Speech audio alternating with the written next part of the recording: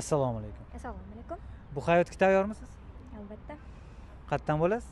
Toshkent viloyati Piskent tumanidan. Joningiz sog' bo'lsin.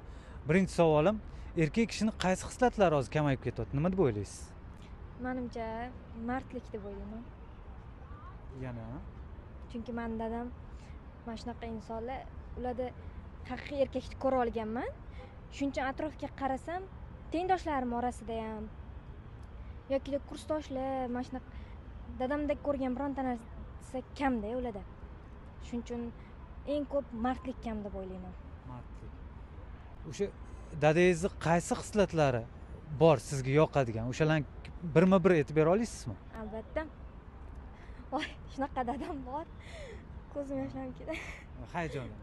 Dadam birinchi o'rinda hech qachon hech kimni yomon xayolga bormaydilar. U tanigan odamimi yoki tanimagan odam hech kim yomon demaydilar. Hayotida bironta muammo bo'ldim, birinchi yaxshi tarafini o'ylaydi. Bo'ldi. Yaxshilikka. Pozitiv. Juda ham. Rosa ko'ngillari toza. Ukamga ham o'tgan shu xislat. O'zi bittagina ukam bor. Dadamni o'zida, dadamni ko'raman. Dadam haqida gapirganda men so'z topolmayman. Til ojiz, a? Juda ham. Mayli. Ikkinchi savolim, dadangizni yaxshi ko'rayotgansiz. Ayol kishining qaysi xislatlari hozir kamayib ketyapti? Nima deb o'ylaysiz? Menimcha ayol kishilarda, o'zi umuman qizlarda, ayollarda sabr degan narsa. Sabr juda kamayib ketyapti. Mana ajrimlar soni juda ko'p hozir. Hammasini borib yo'qchilikka, oxirgi to'xtaydigan nuqtasi yo'qchilikka, sabrsizlik. To'xtaydigan nuqtasi shu. Ozgina sabr qilsa, kimda muammo yo'q? Hammada ham muammo bor-ku, misol uchun hayotida. Lekin o'sha yerda ayol kishining sabri, matonati sinaladigan nuqta bo'ladi.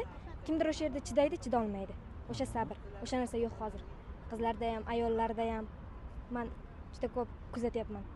O'shanga turmush ko'pga chidamayapti demoqchisiz, to'g'rimi? Ajrimlar soni shu sababdan anaqa ko'payib ketyapti hozir. Uning uchun nima qilish kerak? Sabr qilish kerak deysizmi? Sabr, duo, hamma narsa Allohdan. Sabr qilish kerak. Sinov dunyo deb qo'yibdi bu dunyoni. Sabr qilish kerak. Joningiz sog' bo'lsin. Rahmat intervyu uchun.